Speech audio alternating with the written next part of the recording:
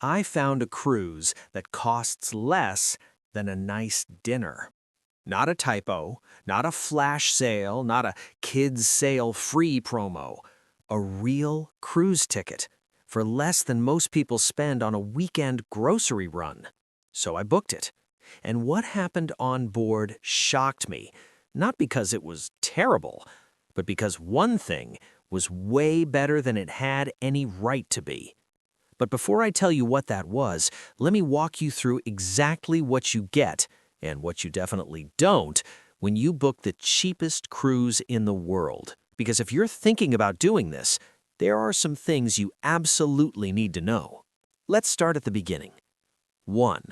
How cheap is cheap, and what that really means. When I say cheapest cruise in the world, I'm talking about a base fare that was under $20 per night. Yes, you heard that right. Now, before you imagine champagne decks and infinity pools, slow down. Cruise pricing is layered. That ultra-low fare, it usually covers your cabin, basic meals, entertainment, transportation between ports. What it doesn't include: port fees and taxes, gratuities, drinks, Wi-Fi, specialty dining, shore excursions. And here's the key lesson. The advertised price is a hook, not the final cost. Why this matters for you? If you're hunting for budget cruises, always calculate the total trip cost, not just the fare. Add taxes and daily gratuities before you get excited, because a $60 cruise can quickly become $250 plus once everything is added. Still cheap? Yes, but transparency matters. 2. The booking process. Red flags or hidden gems. Booking the cheapest cruise wasn't complicated, but it was revealing. Budget cruises tend to operate on older ships, repositioning routes, or short sailings designed to fill empty cabins. In my case, the sailing was off-season, short duration, interior cabin only, limited departure ports. Translation? Flexibility is the currency of cheap cruising. If you can sail mid-week, if you don't care about itinerary, if you're okay with no balcony, you unlock serious discounts. Pro tip for you: search by price per day instead of destination. That's where the crazy deals hide. 3. The cabin, brutal or surprisingly livable? I booked the cheapest interior cabin available. No window, no natural light, lowest deck, and I walked in expecting a shoebox. Instead, it was small, yes, but clean, functional, quiet. Here's what you typically get in a rock-bottom interior cabin. 2 twin beds, convertible to queen, small desk or vanity, compact bathroom with shower, closet space, TV. That's it. No frills. But here's the psychological twist. When you pay almost nothing, your expectations drop. And when expectations drop, satisfaction rises. Why this matters? If you're cruising to explore ports and enjoy public areas, your cabin becomes a sleeping pod, not a luxury suite. And in that context, it works. But the real test of a cheap cruise isn't the room. It's the food. 4. The food, where corners get cut. Let's talk about what everyone secretly worries about. Is cheap cruise food bad? Here's the honest answer. It's inconsistent. The main dining room meals were solid. Not gourmet, not Michelin star, but good. Buffet? Hit or miss. Some dishes tasted fresh and flavorful. Others felt mass-produced and bland. And that's the difference on ultra-budget sailings. Quality control fluctuates. However, and this is important, you will not go hungry. There's always pizza, burgers, pasta, salads, desserts, and late-night options. Why this matters for you? If you're expecting fine dining, you'll be disappointed. If you're expecting unlimited, decent food for almost no money, you'll be impressed. But food isn't the biggest upgrade opportunity. That would be drinks. 5. The drink trap. How cheap cruises make their money. Here's something most first-time cruisers don't realize. The ticket price gets you on board. Drinks make the cruise line profit. Cocktails, $10 to $15. Specialty coffee, $5 plus. Soda package, daily fee. Alcohol package can cost more than your cruise fare. Yes, the drink package was more expensive than my cabin. This is where budget travelers either win or lose. Here's how you win. Bring allowed non-alcoholic beverages if permitted. Skip the unlimited drink package unless you truly drink heavily. Use included options like water, tea, basic coffee. Why this matters?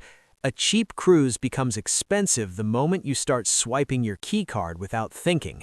Discipline is savings. Now let's talk entertainment, because this part surprised me. 6. Entertainment. Surprisingly strong. I expected low-budget shows and awkward karaoke. Instead, professional-level performances, live music, comedy, game shows, trivia, deck parties. Cruise lines don't downgrade entertainment just because the fare is low. Why? Because the ship still needs to impress first-timers. And here's a key insight. On ultra-budget sailings, the crowd energy is often higher. People feel like they scored a deal. They're relaxed, they're ready to have fun. And that vibe changes everything, which leads to something unexpected. 7. The people you meet. On ultra-cheap cruises, you meet first-time cruisers, budget travelers, families, spontaneous weekend travelers. It's less luxury elite, more real-world fun. And honestly, that made it more authentic. Nobody was pretending, nobody was overly polished, just people enjoying a getaway they could afford. Why this matters? If you want a luxury, ultra-quiet experience, this isn't it. If you want high-energy, social, casual fun, you'll love it. But here's where things almost went wrong. 8. The hidden costs that sneak up on you. This is where many cheap cruises stop being cheap. Automatic gratuities per day, port fees, onboard photos, casino, spa upsells, specialty dining, Wi-Fi packages. I tracked every dollar, and by the end of the sailing, the total cost was about 2.5x the base fare. Still affordable, but no longer unbelievable. Here's how you protect yourself. Before sailing, set a daily spending limit. Turn off onboard spending notifications if they stress you out, or turn them on to stay accountable. Cheap cruises reward self-control. 9. The biggest surprise, and why it changed my perspective. Now let me tell you what I didn't expect. The ship didn't feel cheap. Yes, it was older. Yes, some decor felt dated. But the ocean doesn't change. The sunsets don't downgrade. The sea breeze doesn't care what you paid. Standing on deck at sunset, I realized something. The core cruise experience, ocean views, port stops, escape from routine, is still there. And that's the part you're really buying. Not marble staircases, not luxury branding. Experience. And for the price I paid, it delivered. But would I do it again? 10. Who should and shouldn't book the cheapest cruise? You should book it if you're cruise curious. You want a low-risk first sailing. You're flexible with dates. You care more about value than luxury. You can control onboard spending. You shouldn't book it if you expect 5-star luxury. You want quiet exclusivity. You hate crowds. You need premium dining. You dislike upsells. Cheap cruises are not scams. They're entry points. And if you treat them strategically, they're incredible value. Quick question for you. Would you ever try a cruise that costs less than a hotel night? Or does that sound like a floating disaster? Comment cheap if you'd try it. Comment luxury if you'd rather upgrade. I'm curious where you stand.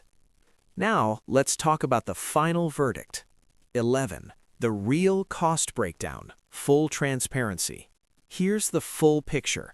Base fare, extremely low, taxes and port fees, added, gratuities, daily charge, extras, controlled spending.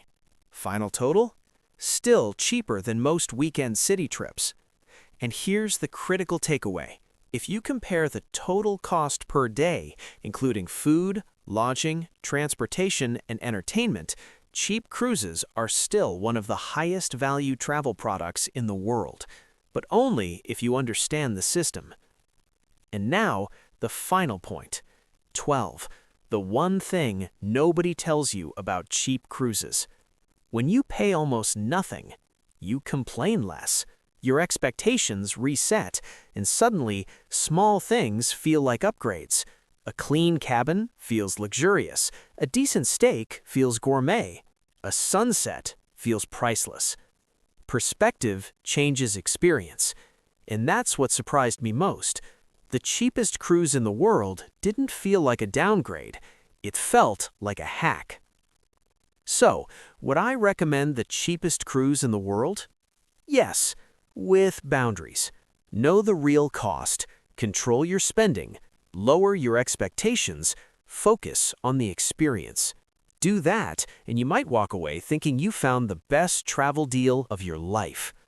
In my next video, I'm doing the opposite. I'm trying one of the most expensive cruise experiences at sea and comparing it directly to this budget sailing. Is luxury really worth 20x the price? Make sure you're subscribed so you don't miss that comparison, because what I discovered might completely change how you book your next cruise. See you in the next one.